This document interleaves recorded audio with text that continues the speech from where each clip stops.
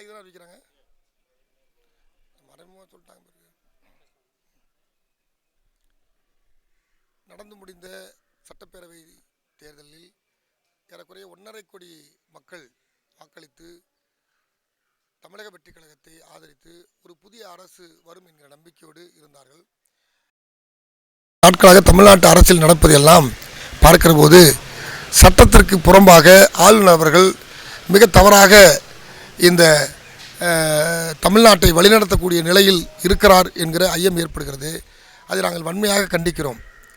எண்ணிக்கை அடிப்படையில் பிரதானமாக ஒரு 108 இடங்களை வழங்கப்பட்டிருக்கிற இந்த நேரத்தில் அவர்கள் ஆட்சி அமைப்பதற்கு உரிமை கோரியிருக்கிற நேரத்தில் தமிழக வெற்றிக் கழகத்தை ஆட்சி அமைப்பதற்கு நீங்கள் இதுவரை அழைக்காமல் இருப்பது என்பது கொல்லைப்புறமாக வேறு ஒரு அரசை உருவாக்க வேண்டும் என்று மக்களுடைய தீர்ப்புக்கு எதிராக நீங்கள் சிந்திப்பதாக நாங்கள் குற்றம் சாட்டுகிறோம். இது தமிழ்நாடு ஐயா, இது தமிழ்நாட்டில் இங்கே வேறு நடக்காது. நீங்கள் வடக்கே இருந்து சொல்கிற அல்லது மதவாத சக்திகளுடைய முடிவை நடைமுறைப்படுத்தலாம் என்று இங்கே திட்டம் தீட்டி அதற்கு வழிவகை செய்ய முயற்சித்தால் தமிழ்நாட்டு மண்ணில் ஒருபோதும் நாங்கள் அங்கீகரிக்க மாட்டோம், அனுமதிக்க மாட்டோம். இப்போ காப்பந்து அரசுக்கு பிறகு இது கவர்னருடைய தலைமையான அரசாக தான் இருக்குது, அரசு கிடையாது, நிர்வாகத்தில் இருக்குது. இங்கே நீங்கள் இதையே பயன்படுத்தி கொண்டு முடக்கி விடலாம் அல்லது திசை மாற்றி விடலாம் என்று நினைத்தால் எங்கள் பிணத்தின் மீது தான் அது நடக்கும் என்பதை ஒவ்வொரு தமிழனின் வழியாக 1.5 கோடி மக்களின் வழியாக நாங்கள் இதை சுட்டிக்காட்ட கடமைப்பட்டிருக்கிறோம்.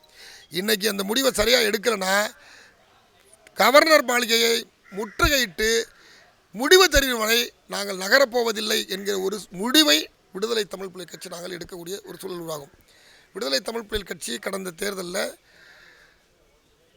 28ஆம் தேதி தமிழக வெற்றிக் கழகம் வேட்பாளர்கள் அறிவித்தார்கள். அப்படி வேட்பாளர் அறிவித்த போது பொது தொகுதியில் பட்டியலின சமூகத்தைச் சேர்ந்தவர்கள் நிறுத்தப்பட்ட செய்தி எனக்கு உடனடியாக தெரிய வந்தது. அதை பார்த்து நான் வியந்து போனேன். அதை பரிசீலனை பண்ணி ஆராய்ச்சி செய்து பார்த்தா பலருக்கு வாய்ப்பளித்த செய்தி எனக்கு தரவுகளோட கிடச்சிச்சு. எனவே பட்டியலின சமூகத்திற்கும் சிறுபான்மை சமூகத்தை சேர்ந்தவர்கள் மற்றும் குறிப்பாக இஸ்லாமியர்கள் கிறிஸ்தவர்களுக்கு வாய்ப்பை வழங்கி இன்னும் ஒரு பெரிய சமூகத்தை சாதியாக இருக்கக்கூடியவர்கள் மட்டுமே வாய்ப்பு பெற்று தேர்தலில் நிறுத்தப்பட்ட சூழலில் இதுவரை தேர்தலில் பங்கேற்க வாய்ப்பே இல்லாத சமூகத்தைச் சேர்ந்த பலருக்கு தமிழக வெற்றிக் கழகம் வாய்ப்பளித்திருக்காங்க. இப்போ கம்மாளர் சாதின்னு ஒருத்தர் இருக்காங்க. இது வரைக்கும் அந்த சமூகத்தை சார்ந்த ஒருத்தர் கூட இது வரைக்கும் இந்த 75 ஆண்டு காலத்தில் ஒருத்தர் கூட தேர்தலில் நின்று கண்டஸ்ட் பண்ணவே இல்லை, வாய்ப்பு பெறல, சட்டமன்றத்துக்கு வரல. ஆனால் தமிழக வெற்றிக் கழகம் வாய்ப்பு அளிச்சிருக்கு. இதுதான் சமூக நீதி, சமூக மாற்றம். எனவே இந்த மாபெரும் மௌன புரட்சியை செஞ்சுருக்காங்களேன்றப்போ தான் நாங்கள் தார்மீக ஆதரவு. நாங்கள் கூட்டணி கட்சி கிடையாது, தமிழக வெற்றிக் கழகத்துக்கு கூட்டணி கட்சி கிடையாது. இந்த ஒற்றை காரணத்திற்காக நாங்கள் தமிழக வெற்றிக் கழகத்தை இந்த கடந்த தேர்தலில் ஆதரித்தோம். ஆமாம், இது கவர்னர் நிரூபிக்கணும்னு சொல்லிட்டு சட்டமன்றம் தாங்க நிரூபிக்கணும். எண்ணிக்கை இது பொம்மை அவர்களுடைய அரசு கர்நாடகாவில் இருக்கப்போ இதுதான் பிரச்சனை வந்துச்சு. அப்படி இந்த பிரச்சனை வந்தப்போ சுப்ரீம் கோர்ட்டு வழிகாட்டியிருக்கு. ஏற்கனவே ஐக்கிய குஜராத் அரசு, தேவகவுடா அரசு, சந்திரசேகர் அரசு, விபி சிங் அரசு, மன்மோகன் சிங் அரசு, இது மாதிரி தொங்கு நாடாளுமன்றம் வந்த பொழுது இப்படிப்பட்ட நிலையில் என்ன முடிவுகளை கம்யூனிஸ்ட் கட்சிகள் எடுத்தார்களோ அந்த முடிவை தமிழ்நாட்டில் ஏன் எடுக்கவில்லை என்று நாங்கள் கேள்வியை முன்வைக்கிறோம். எனவே மௌனமாக இருப்பதோ தள்ளி போடுவதோ தவறான ஒரு சூழலுக்கு தமிழ்நாட்டு அரசியலுக்கு மக்கள் மதவாத சக்திகள் வரக்கூடாது என்று எண்ணி வாக்களித்த அந்த சூழலை மாற்றுகிற ஒரு முயற்சிக்கு துணை போய்விடக்கூடாது என்பதனால்தான் பகிரங்கமாக இந்த ஊடகத்தின் வழியாக மார்க்சிஸ்ட் கம்யூனிஸ்ட் கட்சி, இந்திய கம்யூனிஸ்ட் கட்சி, விடுதலை சிறுத்தைகள் கட்சி உரிய முடிவை உடனே எடுக்க வேண்டும். இந்த ஆதரவு என்பது 2 வகையாக இருக்குது. ஒன்று, மதசார்பற்ற ஜனநாயக அந்த கட்சி திமுக தலைமையிலான கட்சியில் கூட்டணியில் இருந்து கொண்டே உடனடியாக ஒரு தேர்தலை சந்திக்க வேண்டிய அவசியம் இல்லை.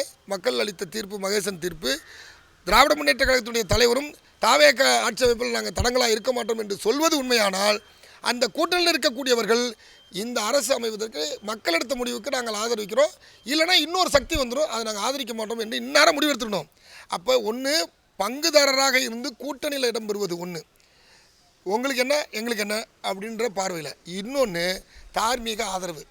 எனவே இந்த ரெண்டில் ஏதாவது ஒன்றையாவது எடுத்துருக்கணும். இப்போ காங்கிரஸ் கட்சி முடிவு எடுத்துருச்சு, நாங்கள் திமுகவோட இல்லை, நாங்கள் எங்களுடைய ஆதரவை நேரடியாக தாவேக்கு கொடுக்குறோம், எங்களுக்கு என்ன பங்கு கொடுங்க அப்படின்னு நேரம் கேட்டாங்க. இது முடிஞ்சு போச்சு. இப்போ இந்த மேற்கண்ட 3 இயக்கங்களும் நீங்கள் என்ன முடிவெடுத்துருக்கணும்னா, ஒன்று அப்படி முடிவெடுக்கலை, அப்படி முடிவெடுக்க முடியாது, நாங்கள் திமுகவோட தான் தொடர விரும்புகிறோம்னா இந்த அரசியல் ரீதியான இந்த முடிவை ஒரு கம்யூனிஸ்ட் என்கிற அடிப்படையில், ஒரு பெரியாரிஸ்ட் என்கிற அடிப்படையில், ஒரு அம்பேத்கரிஸ்ட் என்ற அடிப்படையில் மக்கள் விரும்பி வாக்களித்த இந்த முறையை நடைமுறைப்படுத்துவது தான் சாலச்சிறந்தாக இருக்கும் என்பதுதான் எங்களுடைய கோரிக்கை. தமிழக வெற்றி கழகத்தினுடைய அரசு வந்தால், இப்போ கவர்னர் அழைக்கப்பட்டது உண்மையாகி அது நிறைவேறினா அந்த அரசுக்கு, அந்த அரசினுடைய முதலமைச்சராக பொறுப்பேற்கிற இருக்கிற திருமிகு விஜய் அவர்களுக்கு நாங்கள் ஒரு கோரிக்கை வைக்கிறோம். எம்எல்சி முறையை கொண்டு வரணும். 86ல் நிறுத்தப்பட்ட எம்எல்சி முறையை கொண்டு வரணும். நாடாளுமன்றத்தில் எப்படி மேலவை இருக்கிறதோ, அது 33 பேர் சட்டமன்ற உறுப்பினர் எப்படி தேர்வு செய்து நாடாளுமன்றத்துக்கு அனுப்புகிறாங்களோ, அது மாதிரி 86க்கு முன்னாடி தமிழ்நாட்டிலும் எங்கள் ஊரை சேர்ந்த கோசிமணி அமைச்சர் அதில் தான் இருந்தார், மாப்போசி உட்பட பலர் இருந்திருக்கிறாங்க. அந்த முறை வரணும். ஆகப்பெரும் ஆளுமையாக பல்வேறு துறைகளில் இருந்து கோலாட்சிய ஆற்றல் மிகுந்த அறிவு சார்ந்த அந்த துறை அதில் நிர்வகித்தவர்கள்லாம் சட்டமன்றத்தில் மக்களுக்காக பேசுவதற்கும் சட்டங்களை இயற்றுவதற்கும் அவர்கள் அந்த அவைக்கு வருவதற்கு துணை செய்ய வேண்டும். நல்லகண்ணையா தோற்றுருக்காங்க, காமராஜர் தோற்றுருக்கிறாரு, இப்படி பல தலைவர்கள் தோற்றுருக்காங்க. வெற்றி பெற்றவர்கள் எல்லாருமே தகுதியானவர்கள் இல்லை, தோற்றவங்க எல்லாரும் தகுதி அற்றவர்கள் என்று முடிவு செய்ய முடியாது. தகுதி உள்ளவர்களும் சில நேரத்தில் மக்களால் நிராகரிக்கப்படுகிற போது அந்த அனுபவத்தையும் ஆற்றலையும் பயன்படுத்தி அது போன்ற தகுதி உள்ளவர்களை இந்த மேலவை வழியாக சட்டமன்றத்துக்கு கொண்டு வந்து சிறப்பு செய்தால்தான் அது தாவேக்காவுடைய அரசுக்கு சிறந்த அரசாக அது இருக்கும். உதாரணமாக தற்கூறிங்க, இவங்க வந்து அணில் குஞ்சு அப்படின்னு விமர்சனம் வர்றதில் அதை தாண்டி அறிவு சார்ந்த பல்வேறு துறையில் இருக்கிறவர்களையும் உள்வாங்கி அவர்களை வைத்துக்கொண்டு அரசு நடத்தினால் ஒரு சிறந்த அரசாக அது அமையும் என்று இந்த கோரிக்கை முன்வைக்கிறோம். பட்டியலின சமூகத்தைச் சேர்ந்தவருடைய கோரிக்கைகள் பல இருக்குது.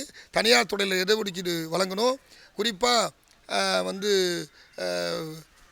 உள்ளாட்சி நிர்வாகங்களில் துணைத் தலைவர் என்கிற பதவியில் இடஒதுக்கீடு மறுக்கப்படுகிறது. கூட்டுறவுத்துறையில் மெம்பருக்கு இடஒதுக்கீடு இருக்குது, ஆனால் தலைவருக்கு துணைத் தலைவருக்கு இல்லை. இதை நடைமுறைப்படுத்தணும். சாதி ஆணவ கொலைக்கு படுகொலைக்கு தனிச்சட்டம் இயற்றணும். இப்படி பல்வேறு கோரிக்கைகள் இருக்குது. கார்ப்பரேட் மயமாக ஆகிக்கிட்டு உலகமயமாகிட்டு இருக்க நேரத்தில் அரசு ஊழியராக போகிறதுக்கு வாய்ப்பே இல்லாத நிலையில் தனியார் தொழில் நிறைவேற்றினா தான் குப்பம் சுப்பம் சாதாரண உழைக்கிற பாட்டாளி சமூகத்தை சேர்ந்தவன் முதல் பட்டதாரி முதல் வேலைக்கு போகிற இளைஞர்கள் அந்த வாய்ப்பை பெற முடியும். அதுதான் சமூக நீதி. நீங்கள் பெரியாரையும் அம்பேத்கரையும் கொள்கை தலைவராக வைத்திருப்பது உண்மையானால், காமராஜரை நீங்கள் கொள்கை தலைவராக வைத்திருப்பது உண்மையானால் இது நிறைவேற்றி தாருங்கள் என்று உங்களை ஆதரித்து தேர்தல் களப்பணி ஆற்றிய கட்சி என்கிற அடிப்படையில் இதை ஒரு கோரிக்கையாக முன்வைக்கிறோம். குழந்தை அரசன் விடுதலை தமிழ் புலி கட்சி நிறுவன தலைவர்.